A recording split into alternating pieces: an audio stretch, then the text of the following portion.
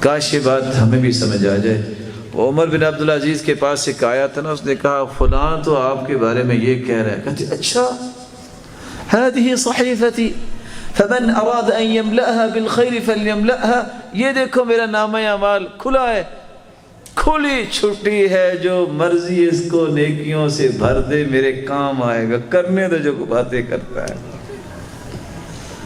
اور ایک شخص کے پاس آ کے کہا کہ فلاں شخص نے آپ کو یہ گالی دی ہے، یہ کہا۔ کہتے اچھا، آج مجھے سمجھ آئیے اتنی تو نیکیاں جن کو میں تنخواہ دیتا ہوں وہ نہیں میرے لیے بناتے جتنے بغیر تنخواہ کے مجھے نیکیاں دیے جا رہے ہیں۔ ہمت، برداشت، صبر، صلابت، مضبوطی، یہ مسلمان کا شیوا ہونا چاہیے۔ اللہ عز و جلال نے اس لیے ایک اور بات بھی بیان کی، وَجَزَاهُمْ بِمَا صَبَرُوا جَنَّةً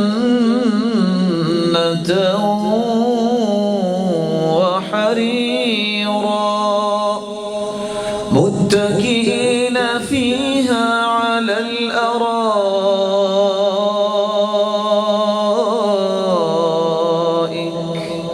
لَا يَرَوْنَ فِيهَا شَمْسًا وَلَا زَمْهَرِيرًا وَدَانِيَةً عَلَيْهِمْ ظِلَالُهَا وَذُلِّلَتْ قُطُوفُهَا تَذْلِيلًا وَيُطَافُ عَلَيْهِمْ بِآنِيَةٍ مِّن فِضَّةٍ وَأَكْوَابٍ كَانَتْ قوارير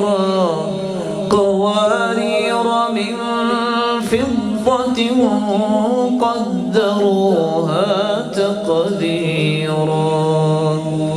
صبر کی وجہ سے رب تعالیٰ اپنے بندے کو جنت بھی دیں گے، ریشم بھی دیں گے، جنتاً وحریرا ودانیة علیہم ظلالها، ایسے ایسے درخت سایہ دار، کس طرح ان کے سائے ہوں گے، وَذُلِّلَتْ قُطُوفُهَا تَذْلِيلًا، جس کی خواہش کرے گا نا توڑنا نہیں پڑے گا۔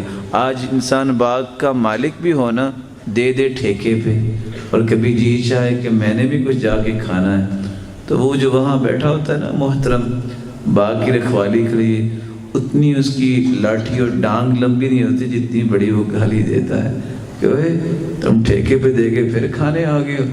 لیکن جنت جس کو اللہ نے تیار کیا ہے، وَذُلِّلَتْ قُطُوفُهَا تَذْلِيلًا، اس قدر جس کی خواہش کریں گے وہ خود بخود پھل نیچے آئے گا۔